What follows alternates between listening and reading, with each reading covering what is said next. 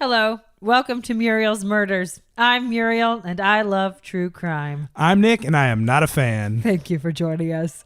Each week, I force Nick to listen to me tell him a story of a true crime.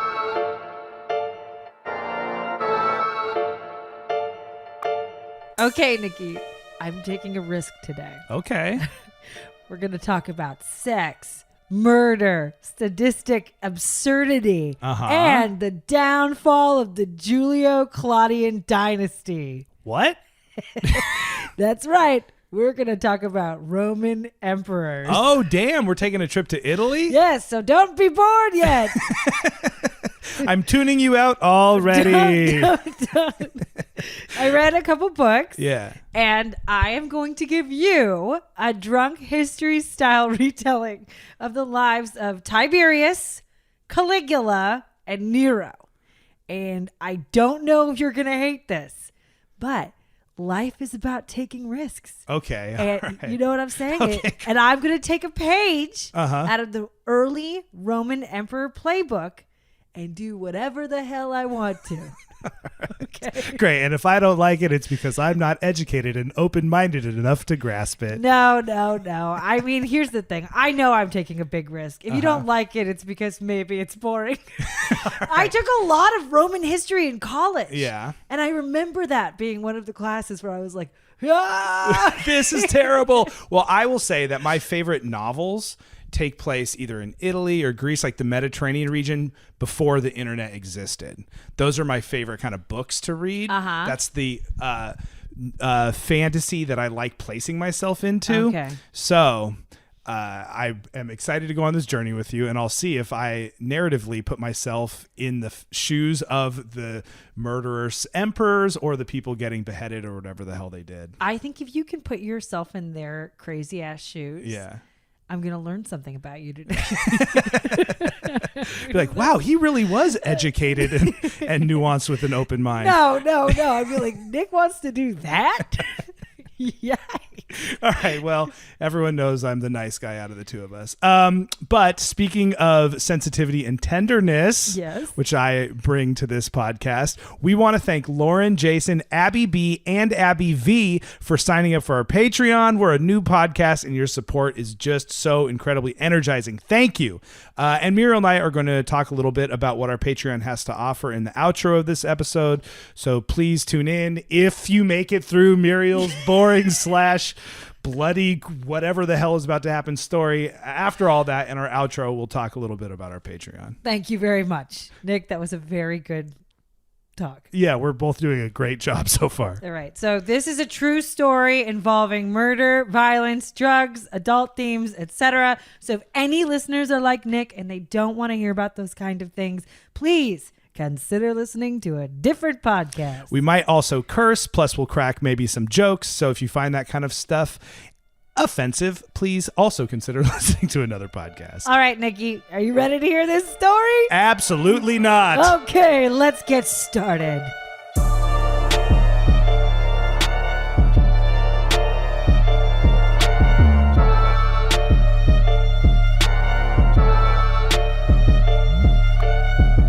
Okay, here it goes. I have a few things to say before we get started. All right. First off, the Roman historical record exists because it was recorded by real life Roman dudes. So accounts vary, right? This is not something like somebody caught on a, video camera.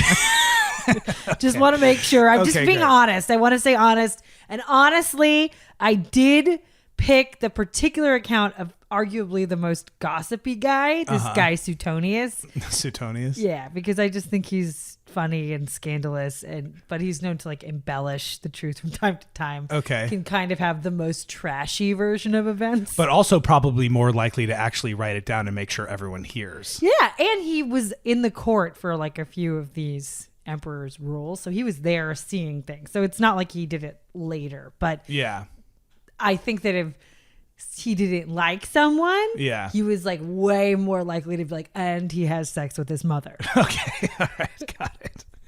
Also, there are way too many names. Okay, so for instance, the emperor that's really widely known as Caligula, his real name is Gaius Julius Caesar Germanicus, right? Okay, but he's not Julius Caesar. No. And their names change when they get adopted, and their names change when they become emperor, and people have nicknames. So I'm just calling people by their first/most commonly known name because I just can't with all the name stuff. Well, I already forgot the name of the historian you're referencing, Mo, so I think Suetonius! it's going to be rough. Listen, I think you're going to like this, Yeah. really. I do. I genuinely do. All right. Also, I am glossing over some of the very important but not very juicy military and political stuff because we're focusing more on the sociopaths and the murder and the weird sex games. Okay? All right, good. And then last, we do have to start with some straight up history in order for a lot of this to make sense. But believe me, it's like a magic eye book, okay? So at first it's like, why am I doing this? And then later it's like, wow, this is so fun. Wow, it's a pirate ship in 3D poking out of this weird digital thing that sort of looks like vomit. Yeah. Well, right. it's so funny because I feel like we're actually like dating ourselves by using that. And as soon as I was like, that's a great metaphor for this, I was like, who has magic eye books? Not even in 3D. Right. Okay, are you ready? I'm ready. You are? Open mind? I thought I was. Maybe I'm not. All right, just start and I'll let you know. Okay, so I'm just going to give you the context of what we're going to talk about. So Roman emperors weren't descendants of unbroken bloodlines like traditional European monarchies. They're kind of determined by dynasties instead. So there was a lot of like adoption and different things to kind of keep this type of dynasty alive, but it's not like, oh, this guy's son is the one who led. Does that make sense? Sure, yeah, they're recruiting people to keep the thing strong. Okay, I won't say anything. I'll just... You got me sideways. It's fine. Yeah, they're doing things to keep things strong. Okay, so the whole Roman emperor thing started with what's called the Julio-Claudian dynasty. So in the very beginning, Rome is a republic and it's governed by a senate. And Julius Caesar, who you know, Caesar salad, was a popular and like super powerful member of the Senate. And he kind of joined up with two other senators to form this super influential group called the Triumvirate. And basically, there were a bunch of power struggles within the Senate, but eventually out of those three people, Caesar was kind of named dictator of the Republic. And the Senate thought Caesar was way too powerful and they were kind of worried he'd become king. This is kind of dumb, but I'm just going to say it like dictator of the Republic still sort of means that the Senate is relevant. You know, but a king would just be like the Senate is not very relevant. Sure. Right? Okay. So they're kind of like, I was like dictator of the Republic. Like that just sounds pretty bad. Yeah, but like, back in the day, that was as close as to democracy as they got. Yeah. So, I have a question. Yes, Sorry, right okay. away. What year are we talking about? we're talking him rising to power around 60 BCE before Common Era. Okay. Or I don't know, before Christ. I don't really know. I think that's how you say it. Yeah, I think they're the same.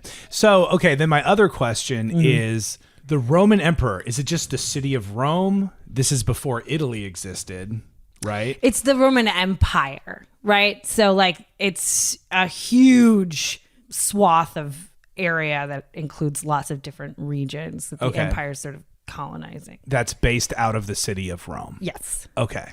So Julius Caesar's super powerful.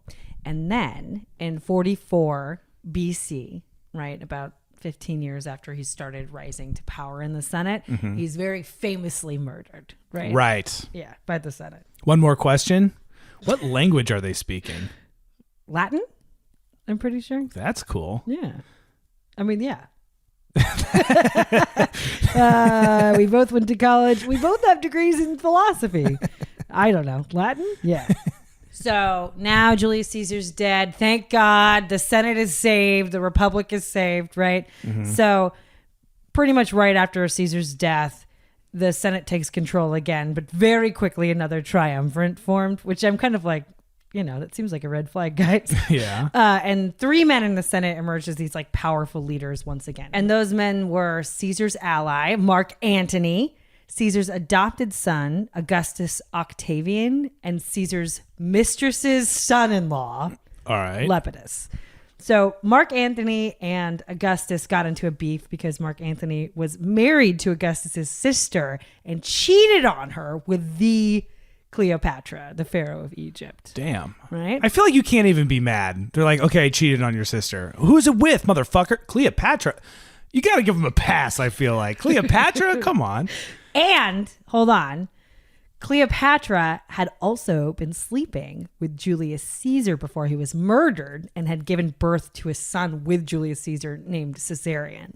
So Mark Antony's messing around with Cleopatra. Cleopatra has this natural born son of Julius Caesar. So that's a very powerful alliance. Yeah. So everybody's freaking out and they're stressed that this Cleopatra, Julius Caesar, Caesarion would become the ruler of Rome with the help of her new lover, Mark Antony. I have a question again. So obviously Cleopatra is sort of a famous beauty, right? Mm-hmm. And then the way these emperors and fancy Roman people have been presented are always like so hot with like six packs and all that kind of stuff. Did you get a sense of, is that true? I don't know about Julius Caesar. Yeah. A lot of the pictures, like the sort of digital recreations of what they think the emperors look like, especially the early ones, are very ugly. And one of them is like fucked up. Caligula in particular Yeah. was like supposedly like universally famously super ugly. That makes it funnier. So it definitely, they're not like hot, but I don't know. I mean, we're just making digital recreations out of statues, but I mean, yeah, they weren't known for being like raving beauties. All right. So anyway, Augustus Octavian, right? He battles all these fools. He battles Mark Antony. He battles, Cleopatra. He wins, and then he becomes basically the emperor. They have a different title, but technically he's like the emperor. Okay, by battle you mean political battles.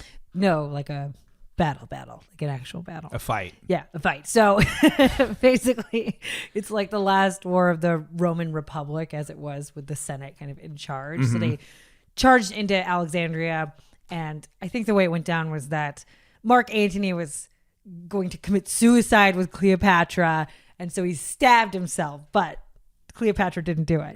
Yes, But then Cleopatra got captured, Oh. and then she killed herself with a snake bite, and then they murdered Caesarion, so he got executed.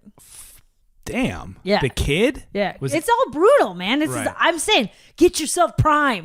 It's really very brutal time. God, suicide by self-inflicted snake bite is such a Cleopatra thing to do. That's so elegant and like brutal. So like I said, Augustus Octavian battled all these fools, and he won, and he became emperor himself. So the Senate ultimately lost their battle to remain relevant. And then they were stuck with the succession of three of the most batshit rulers in history.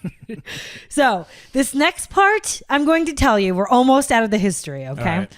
Is this complicated overview of the history of the succession in the Julio-Claudian dynasty.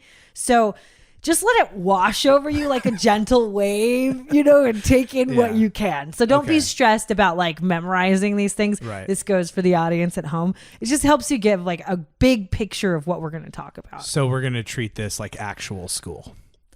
Just sit back and pretend you're taking notes. It's good, okay? Okay. So this is very good, and it's very brutal. But I think it's good, that repetition thing of just like remembering who came before who and who was married to who. And I think it helps to kind of get it a couple times. Okay, ready? Yes. So the first emperor was Augustus Octavian. So he ended up having no sons. So he left his succession to his stepsons, Tiberius and Drusus. Drusus is the favorite, but he died before Augustus Octavian, which left Tiberius as the only person left to succeed, right? Yeah. Can I ask another question? What? Sorry. So these people are dying, but also wasn't life expectancy really short back then? It was. Tiberius lived till he was 77. So I think like, that's legit. Yeah, I don't think it was super, super short. It was a lot of just murders. I mean, honestly, it's like people did die of old age and they died of murders and they definitely died in childbirth. And there's like a ton of like high infant death rate and stuff like that. I mean, that's true, but Right. Mhm. the people who died in these stories are being murdered. Okay. All right. So we have Tiberius, the least favored stepson, and he becomes the second emperor of Rome. So Tiberius, we can kind of just characterize him as the guy who had the original pedophile island. So that's Tiberius. Okay. So he's an OP, original pedophile. he's the original pedophile island. So Augustus Octavian kind of forced Tiberius to adopt his brother Drusus's son Germanicus, right? Drusus is dead. He wanted Drusus to be emperor. He's not going to be emperor, but he wants Drusus's son to succeed Tiberius, right? Okay. So Germanicus should have been the third emperor, but he died probably because Tiberius poisoned him, right? And Germanicus's son, Caligula, becomes the third and arguably the craziest emperor out of the entire dynasty. All right. Does that kind of make sense? Your Yes. eyes are getting really sparkly. But it does, right? Like, it's just kind of shows you the overview of how it's like the stepson and then this forced hand to like make the nephew the successor because they're trying to kind of manipulate this dynasty. It doesn't. I have could to do imagine it being not that different than like modern day like billionaire families, Totally, sort of like totally. passing off weird franchises and industries to like the cousin that showed the most spunk or something. Exactly. And then someone's aunt is pissed and tries to do whatever. Yeah, right. So it's just kind of, it's way more like that than like Hereditary. Okay. So Germanicus's son Caligula got murdered real early because he was super, super nuts. Yeah. So the succession got kicked back to Caligula's uncle Claudius, who Caligula had pretty much designated the court jester during his reign. So that was kind of an odd. And then he awkward became thing. emperor? Then he became emperor after Caligula was murdered, right? So Claudius is the fourth emperor, and he ruled for a bit. He was totally fine until Caligula's sister got herself out of exile, came back to Rome, and married him. So that's his niece. Okay, so Claudius dies. And Agrippa is such a great politician, she actually gets Nero, her son, to be the next emperor. Even though Claudius actually had a biological son, she kind of maneuvered her way in. And Nero ends up being the fifth and final terrible emperor in this Julio-Claudian dynasty. And he is the fifth emperor. He pretty famously murdered his mom and then ended his rule with the most cringiest death ever, which is very, I find it to be very fun. Is that a story that's coming? Yes. All right. So that is kind of the early emperors, right? The Julio-Claudian dynasty, that's their legacy. So we're going to talk about the three worst emperors in that kind of crazy dynasty. Okay. All right. Okay. Are we ready? Yes. Any questions? So many, but just go. Anything you think that the audience needs to hear? Anything like that really doesn't make sense to you? I think probably at this point, just rewind and listen to that again if you need to. You're going to get it again and again. You don't have Okay. to rewind because we're Okay. going to go through it. Repetition is our friend. Okay. Okay. All right. We're going to start with Tiberius. Tiberius is the second emperor in the Julio-Claudian dynasty. All right. So he lived a long life. He died at 77. He actually ruled Rome for 22 years. So he was around for a long time. Yeah. Remember, what we can say about him is that he was not the favorite son. He was Right. not the favored person to get into this position. He was the guy who invented the original pedophile island. And he was kind of characterized by being somebody who was jealous and then increasingly paranoid as he got older. So he's the start of all of the nutty emperors. Okay. Okay. So Tiberius is not a really well-liked guy. He said at one point governing Rome was like holding a wolf by the ears. I think he just was very overwhelming. So pretty much immediately his army started to rebel against him. Tiberius made like a series of decisions. It's kind of complicated. I won't go into it, but like when you get into the Roman army, you have a conscription, right? So like you would be like in the army for 9 years, right? And Tiberius told a bunch of guys they'd be in for 9 years and then decided they were going to be in for 14 years or something like that, right? So there was all this rebellion. They weren't really keeping their empire in check. So Tiberius sends his young, hot, talented nephew, Germanicus to restore order in the military. So remember Germanicus? So Germanicus is the son of the favored brother that the original Roman emperor wanted to install as the second Roman emperor, right? Who does eventually become emperor. Well, he doesn't because he dies. Oh. But Germanicus was the favored one. So Germanicus is the one that people are expected to become the third Roman emperor after Tiberius, right? So Germanicus, he's hot, he's sexy, and he's great at being at war. What does that do for Tiberius? Tiberius is old and no one likes him. And he's not hot, right? And super jealous, right? So, of course, surprise, surprise, everyone loves stupid Germanicus. Like, he gets out there, he's warring, he unites all the troops, he executes a bunch of like the rebelling ones, and he does like a fantastic job expanding the Roman Empire.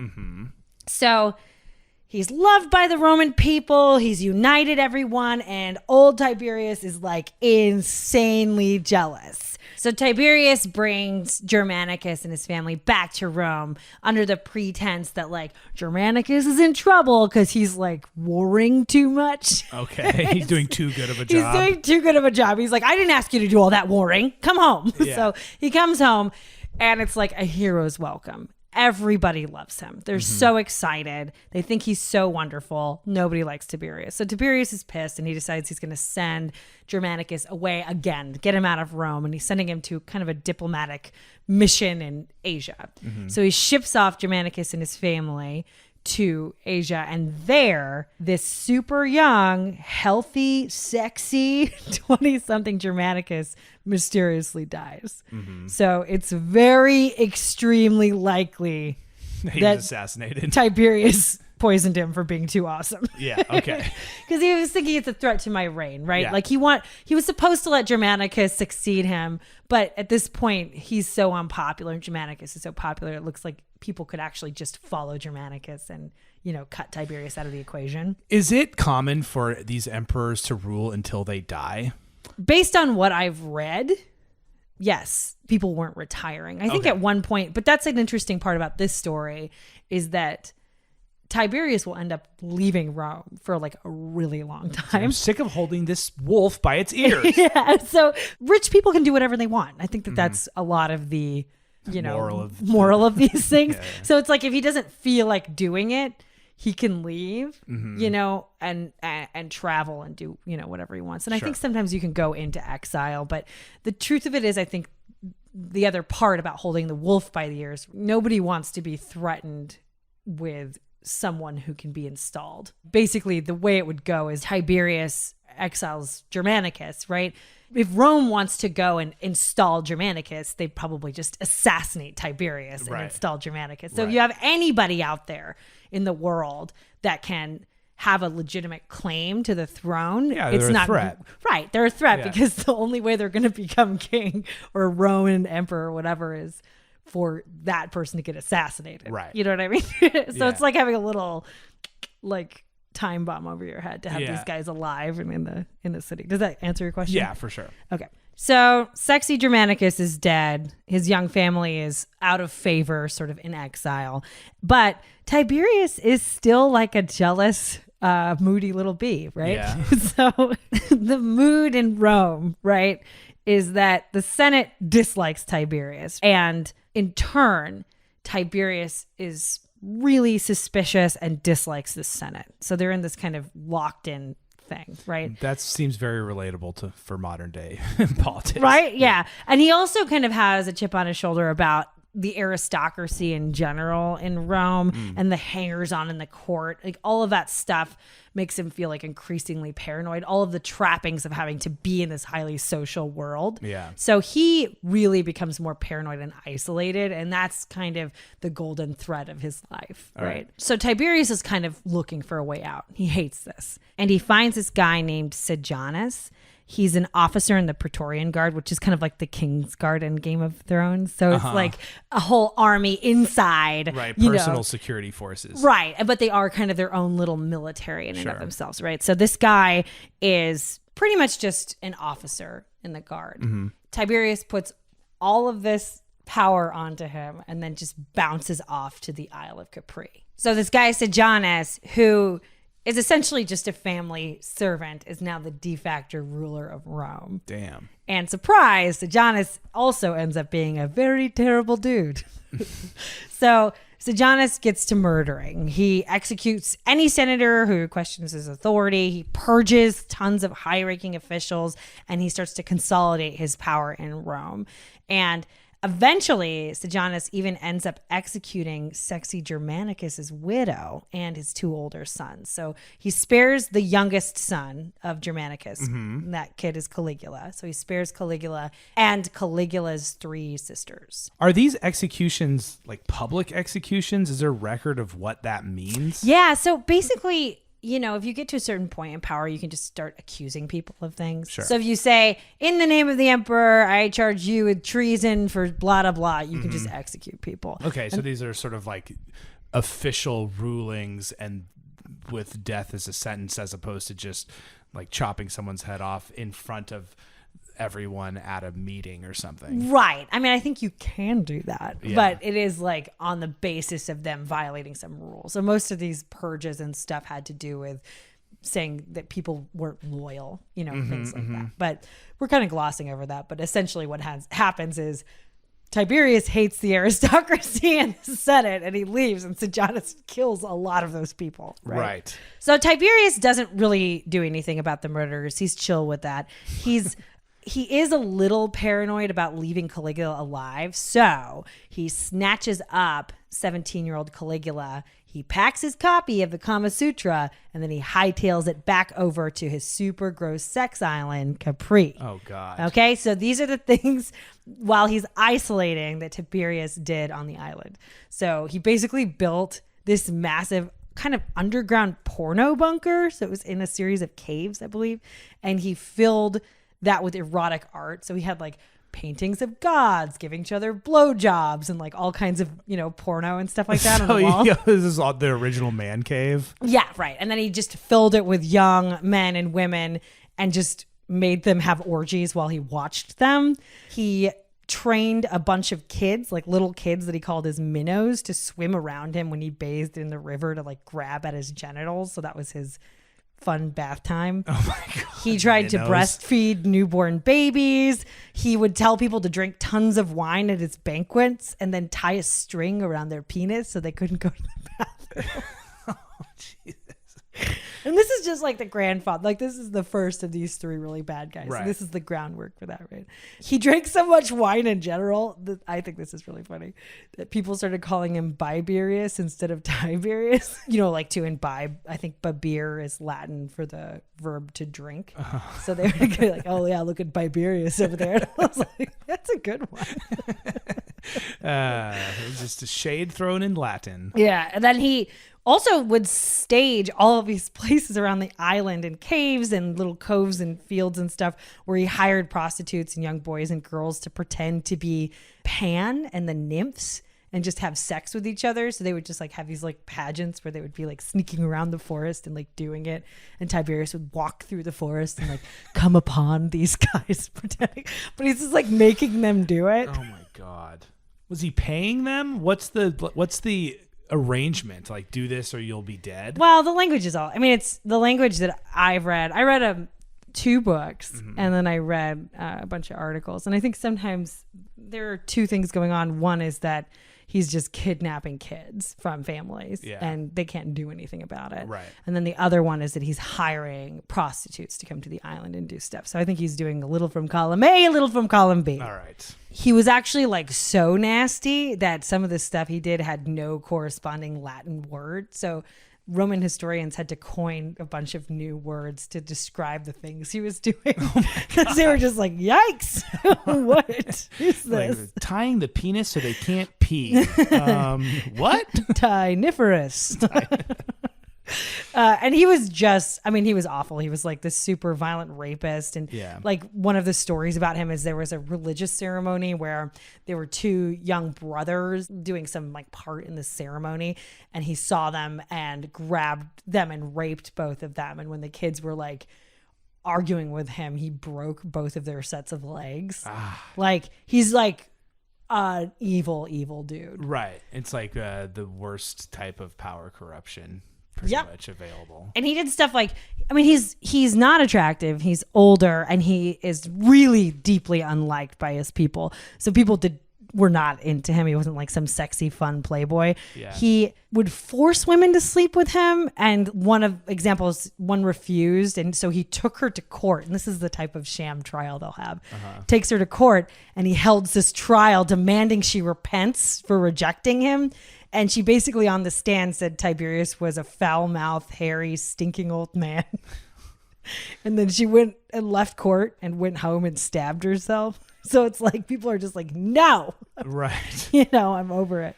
And, That's horrible, but also good for her, I guess. yeah, she was just like, I won't, Yeah. He was really weird about isolating himself on Capri and sort of hiding away from the world. There's this common Roman belief that's like solitude makes someone savage, and savage behavior isolates.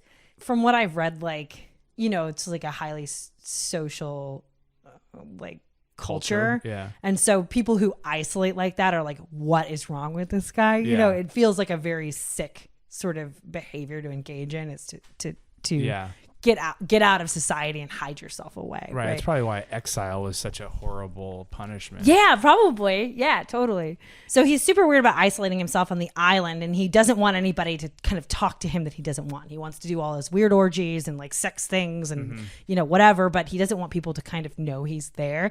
And he came to the island, he traveled back and forth, and I think he arrived at the island, and a fisherman saw him and climbed over this rocky bluff that Tiberius thought was like impenetrable. So it shows that people can get on the island. And the fisherman was just super stoked because he had caught this giant mullet, this like big ass fish. Yeah. And he wanted to give it kind of as a tribute to Tiberius. And he gets there and he gives the fish to Tiberius. And Tiberius is like, how the hell did you find me? So he gets his guards to take this fish and just like rub the fisherman's face with it until the scales cut up his face. And the way that they talk about that is basically the fisherman's like, like freaking out. And he's like, I'm glad I didn't give you the crab that I bought. And then the guys go and get the crab and bring the crab back, and the crab like pinches the guy's face a bunch and cuts it up. There's a lot they're just finding new things to do. There's no TV, right? So they're just like, well, hit him in the face with the fish. He's a fisherman, right? Yeah, and then that's where like some axiom got invented about like not making a joke that you don't want to come true. Right, exactly. It's like the beginning of the world. Yeah, totally. So Sejanus, of course, finally flies too close to the sun, and he tries to overthrow Tiberius. So finally, old man Tiberius makes his way back to Rome, and he has Sejanus arrested, strangled, and thrown down this super long staircase where like a mob comes and tears his body to pieces. Oh my God. People are mad at him because he's been executing people for a long time. Yeah, Like Sejanus is not that popular. He's powerful, but people Yeah. are like, I'm going to get you. And then Tiberius is like, oh, okay, how about we throw someone down a flight of stairs? Yeah, that'll work, right? Yeah.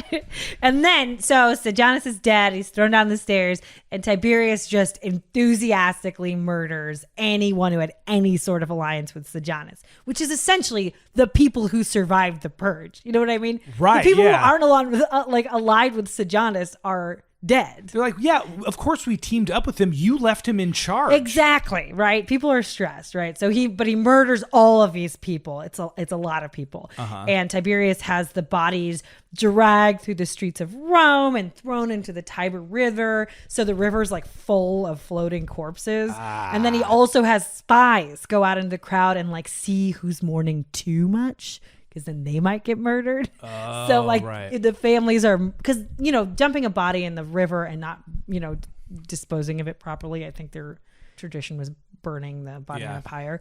Doing that is desecrating the corpse. It's a huge cultural no-no. Right. So anyone too sad about that might be looking for revenge down the line or whatever. And it's also just a really dramatic public murder. Not only are they watching these executions, they're watching the worst case scenario of how these people could die. And then the spies are there to watch them to make sure they don't mourn too much or else they're going to get murdered and thrown into the river, right? Yeah, So it's a very brutal time in Tiberius's rule.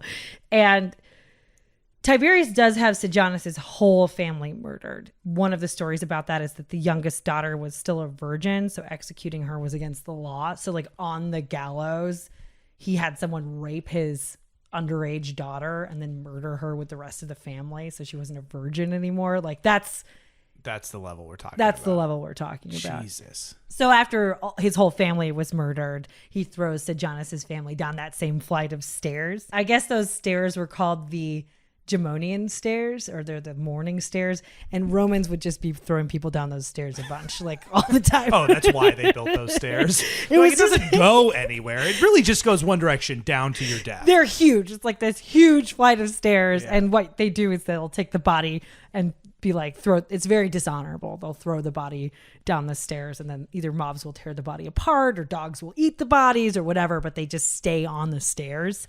They're just they're just the death stairs. Yeah, Isn't right. that kind of crazy? Oh my God, I guess it's not funny. But It's pretty crazy. I think that's really crazy. I mean, you just think about like, I can do anything. What do I want to do? And you're just like, let's just do a death stairs thing. All those things down there. So Tiberius names Caligula finally as his successor. And then Tiberius heads back to his sex island, where, extremely paranoid, he just conducted all his treason executions from afar. So Tiberius died of old age, or was maybe smothered by Caligula with a pillow. But at any rate, he died at 77. And the people were just relieved. They hated him. It's been bloody. It's been awful. And they're so excited to have the son of sexy Germanicus on the throne, which lasted for about 2 months before all hell broke loose. all right. So you think Tiberius is bad. Now we're moving on to Caligula. And Caligula is nuttier than a fruitcake. Okay, Grandma Muriel. What kind of joke is that? Nuttier than a fruitcake. He's the third emperor of Rome. He ruled for a whopping 4 years before he was murdered. And this is his story. Great. Okay. So like we said before, right? Caligula's parents were sexy Germanicus. And then his mom was this highborn woman named Agrippina the Elder. So we've covered this before, but I'm just going to gently let it wash over you again. Remember, Germanicus is Tiberius's adopted son, right? And this well-respected general. And the way that Germanicus' story starts is Tiberius is obviously a nutty asshole. So Germanicus proves his loyalty to him by cleaning up his messes, squashing a rebellion. So that's from their perspective. Right. He's like, I have to do this because I'm being ordered to do it. I'm going to do the best job I can, prove my alliance to Tiberius. But, you know, everything that Germanicus does makes Tiberius jealous. Right. So he's kind of stuck between a rock and a hard place, right? Because if he failed at the military stuff, he would also be in trouble. Right. And Germanicus kind of does this unorthodox thing. He brings his whole family with him to all the battles. And he also does lead from the front, which I think ingratiated him to the troops and stuff like that, but was also kind of unorthodox at the time. So he was really all up in it, which means that Caligula, he's a little baby, you know, he grew up in these military camps. Right. So he's probably seeing like bloody people and deaths since his first memories. He is, but he was also like incredibly spoiled by the soldiers. Like everybody loved this little kid. They loved Germanicus and they loved this little boy. And they used to dress him up like in mini Roman soldier clothes. Oh, God. So like, and let him parade around and like pretend to be a little general. His The name. grooming of a psychopath. Yeah, right. It's just good to like kind of get that. I think that the roots of this are so interesting. Yeah. So Caligula is also the name for little sandals. Caligula was his nickname. Roman soldiers wore these particular sandals, and so they called him Little Sandals. And that's his. I guess he hated that name, but that's what we're gonna call him.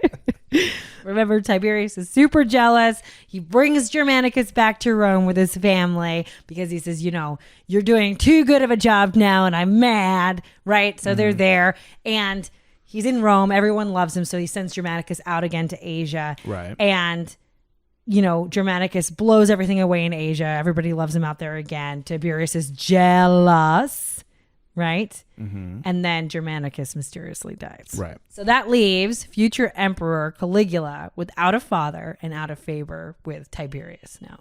Right. Now, his mom, Agrippina the Elder, was this hard ass lady. So she grabbed her kids and took them back to Rome and openly campaigned for her children to succeed Tiberius as rightful heirs. So she's causing trouble immediately. Yeah. These kids are super, super popular. The family is really popular.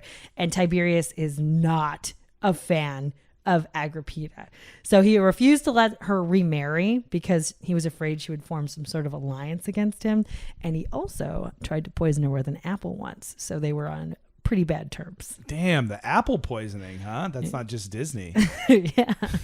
So in 29 AD, Tiberius's man Sejanus had Agrippina and her 2 oldest sons arrested for another kind of fake charge and exiled to these remote islands. So one of the sons dies pretty quickly, and then the other 2 are on these islands. And Caligula and his sisters are just in Rome having to fend for themselves. And because Caligula was so young, they just didn't really think of him as much of a threat. And in 31 AD, Tiberius is just nuttier than a fruitcake. Stop saying that. Did you write that? Don't tell me you wrote it. Show me your screen. No, get out of here. You're not allowed to see my script. So, of course, he picks up Caligula, like we said. He takes him to the sex island to keep an eye on him. Agrippina and her son go through a ton. Like, it's really awful. So I said earlier, like, Sejanus had them executed. It was after being exiled and tortured, and they flogged Agrippina the Elder. She lost her eye in the process of that. Flogging is like whipping or beating? Yeah. And then she and his last remaining older brother were just sent into cells and starved to death. Starving to death in a Roman cell. It's so bad. It's just so drastic. So, did you really hate starving to death that much? Yeah. Doesn't that just seem awful? Yeah, I mean, that just sounds so brutal and horrific. It's super brutal. And that's kind of what I meant is like when you're thinking of Tiberius's reign, it's just like the stuff that Sejanus did was awful to people. She must have known something like that was coming her way. For sure. I mean, but you got to take your shot when you can take it. You know what I mean? Like, okay, fucking Phil Jackson over here. I mean, what is she going to do? If she's in exile, Yeah. Tiberius is probably going to find her and kill her at some point because she has 3 sons that are Right. Germanicus's sons. You know, Right. he doesn't want those guys around in the ether. You know what I Yeah, mean? so she's like, let's face this beast head on. Right, exactly. And I think the women that we'll see, the mothers coming up in these dynasties are really interesting. Like, she is really bold. I'm envisioning a little Italian Maggie Smith from Downton Abbey or something. Yeah, right. I think, but they're also like 20. No, I you know, right? Totally. A young Maggie Smith. So that's the brutal end of, his mother and his 2 older brothers. And the girls are somewhere in the empire kind of being taken care of or watched, and Caligula's on the sex island. And Caligula is smart, and Caligula saw a lot of shit. So, right, you talk about this kid, Yeah. right, who grew up on the battle line seeing that, and then spent his adolescence on the sex island with crazy old Tiberius, watching. Having sex with him? I mean, I didn't read anything about them having sex together, but I Yeah. think that the only thing Tiberius was doing was like sadistic sexual things on this island. Right. So Caligula definitely spent his adolescence like in the swamp. Yeah, either, You know on what I one mean? end of the victimization scale or the other. Right, or maybe what it sounds like is somewhere in between. But he was able to navigate it enough and politic his way into being Tiberius's favored heir. I was going to ask, how the hell did Tiberius go from being like, I want to kill this whole family to like, actually, this kid's cool? I think part of it is old age. It's like he doesn't want to be overthrown. Yeah. He wants someone to succeed him. And I think that that's how I read it. So I think Yeah. it's like as he gets older, he doesn't have any sons. Yeah. So somebody has to succeed him, and it makes sense that it would be Caligula. It's such a dark thought to think that Caligula was just doing things on Capri, that this guy was like, I see something of myself in this kid. He said a few things. I forgot to write down the quote, but he said a few things pretty famously about how Caligula's like super messed up, even Yeah. as like a young, teenager. Yeah. But yeah, so he seems to be the perfect one. He's the favored one in the bloodline, and it seems to be destiny for Caligula to be the next emperor. And Caligula's chill with his mother being flogged and starved to death. You know, I think that might not be the case, but I mean, what are you going to do? Yeah. He's not going to do anything. Right. Was he going to be like, well, I'm mad at you because you did that to my mom, so I won't become emperor? So in 37 AD, Tiberius died, and then Caligula became the third emperor of Rome. So during the first 2 months of Caligula's reign, people were super pumped. They're super happy to be rid of the weird, sadistic old Tiberius. And plus, everyone adored Germanicus's sweet son who used to dress up like a Roman soldier as a baby. Like, he's the most patriotic little boy, right? So at first, this just seemed like a match made in heaven. The people loved him. Caligula really focused on endearing himself to the people. So he was honoring his family and like getting their bodies kind of more ceremoniously interred. You know, he had gone out and righted the wrongs of Tiberius's reign, right? And he starts, you know, sponsoring all these ceremonies and public events. He sacrificed 200,000 animals to the gods, and he was holding these massive gladiator games that people loved, right? And he was doing them free of charge, so anyone could come in. And in a super powerfully ironic move, he even banned all the sexual perverts from the city.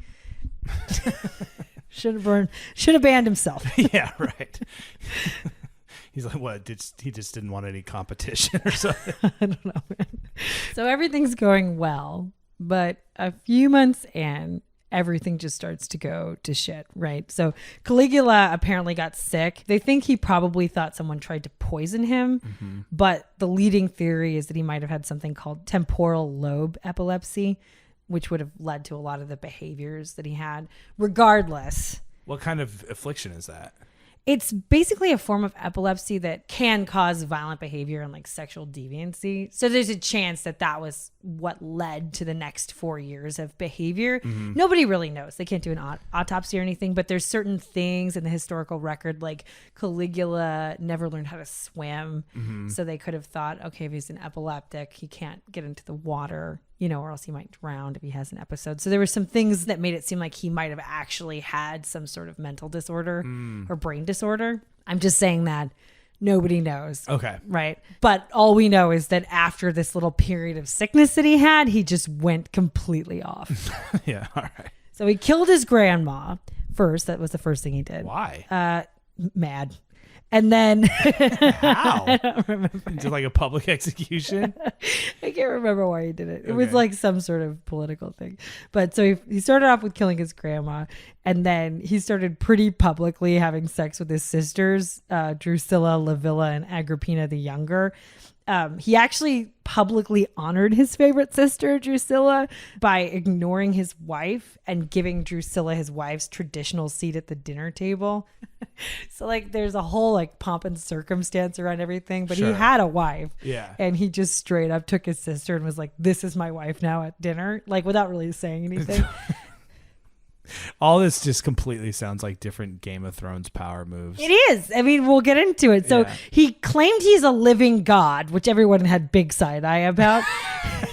And this is all like in the first year, right? Yeah. The first few months. Uh-huh. So he got all of the most famous statues of gods in the Roman Empire shipped to him so he could chop off their heads and replace their heads of busts of his own head, and then have conversations with him. Oh God!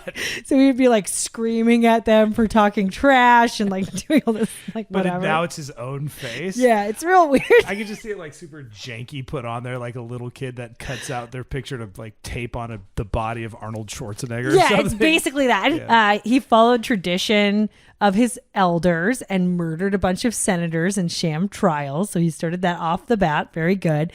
And he's this super tall, like very pale kid. He started balding like before he was 17. So at this point, he's totally bald on the top of his head or has super thinning hair. But his body was extremely hairy.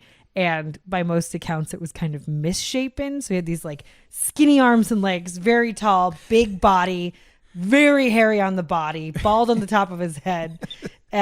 And he was so ugly that he made it a capital crime to say the word goat in his presence.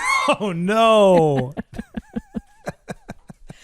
And he wore costumes everywhere, like jewel covered cloaks and silken women's robes. He wore like the uniforms of the emperor's guard, of the Praetorian Guard, and women's shoes, like little combos. Yeah. He'd also dress up like different gods, and he went into Alexander the Great's sarcophagus and stole his breastplate and like would wear that around, like parading around the streets. So he's just sort of a cool eccentric in the fashion sense. Yes. Yeah. Yes. Like Tiberius, he was super petty. Like he hated fancy, handsome men.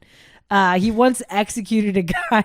This is the weirdest story, but he was like at a gladiator game, and this handsome man who's like, you know, some sort of officer in the military came in, and he was wearing this grand purple robe. Yeah. And he was so mad about it. He had the guy executed for being too fancy. Oh my! So this guy's just like the grand hater of all time. They all are. They Yeah. all were. It's hilarious. They're the biggest hater. He would go around and like there'd be these handsome men walking around the city with this long, glorious hair, and he would order his men to go and shave the back of their heads so they looked stupid. And he also loved to sing and dance. So he was really into singing and dancing. And one of his favorite things to do is to go to actual performances where there were actors and singers and dancers and then stand up and sing loudly over them. Oh no! So he's like a drunken douche also. Oh my God. Is he talented? No. I mean, not that I've read. No. It's very much like a captive audience. Like you go, you're with No, the I get emperor, it. right? Yeah. And he starts doing that. And if you say anything, he'll kill you, right? The other thing he used to do is he would force the people of the court, like aristocrats and like, Yeah. the senators and stuff, into rooms. And then they would be in these rooms, like sweating it out. And he would walk into the room fully costumed and then just start like reciting poetry and doing like performing. And they just were like, I mean, they're so scared, right? Because it's like if you have a bad look, he'll kill you. If you're too dressed too fancy, he'll kill you. So you have to sit in here. You didn't know it was going to be a performance. And then he comes out and he starts doing this thing, and it's like, is he ironic? Is this Right. something like Yeah. if I pretend to like it, will he think I'm insulting him? Like it's a whole thing, right? Wow. So this guy truly is the archetype of the completely unself-aware tyrant baby. Yes. There are stories about him sitting at banquets and start laughing to himself. And then his friends around him would be like, what are you laughing about? And he'd be like, I could just cut off your head, like right now. Just do that like all the time. He'd just be laughing about it, joking about it. He just thought it was like the most hilarious thing in the world.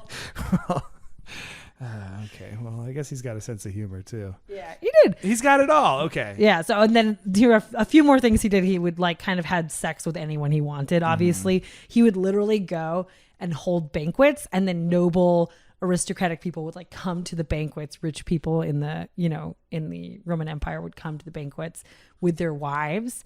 And he would sit on a couch and watch their wives. He'd have them walk by and then choose which wife he was going to have sex with, and then go have sex with her while everyone else was eating at the banquet, and then come out and then talk about her body and like what the sex was like and like whether or not she was as attractive as he thought she was Oh my in God. front of her husband.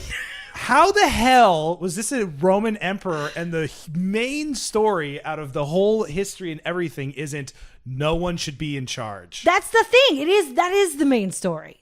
Like we're going to get to the end of this. And to me, that is the main But thing. there are still people in charge. I know. Here, the lesson isn't necessarily learned, but historically it is verified. You know what I mean? Like the Senate was like, we're cool. And it's like, damn it. We got an emperor now. And it was like the worst idea over and over again. They're like, I guess let's just try a king. Maybe Right. a king will be chill. They didn't. It's just so funny because they really saw the writing on the wall. Also, what is the religion? You said they had gods. Is it? Listen, I'm going to answer this, but I am not an expert, right? I spend a lot of time trying to learn about these specific things, but there's Yeah. lots of things that are universally known that I might get wrong. Yeah. But it's like polytheism. So they believed in lots of different gods, right? So the religion is polytheistic. That's all I know about it. I mean, like, Okay. I think Romans took over a lot of the Greek gods, and then like renamed them Roman names. But from what I remember from college, there's kind of two things going around. One is that the culture is polytheistic, so it just means like, oh, we believe in Zeus, or you know what that means, right? Multiple gods. But what I remember, I believe is true, is that it also helped unite the empire, because if you're polytheistic, then the gods of the people that you're trying to sort of incorporate into your empire can be incorporated into the religion, right? You just add more gods, or like Right. you add your gods to their gods. That's actually kind of chill and open-minded about them. The colonialists of later time are like, nope, our God is the God. Now you have this one. right. Well, and that'll be interesting coming up Okay. pretty soon. So just remember that piece.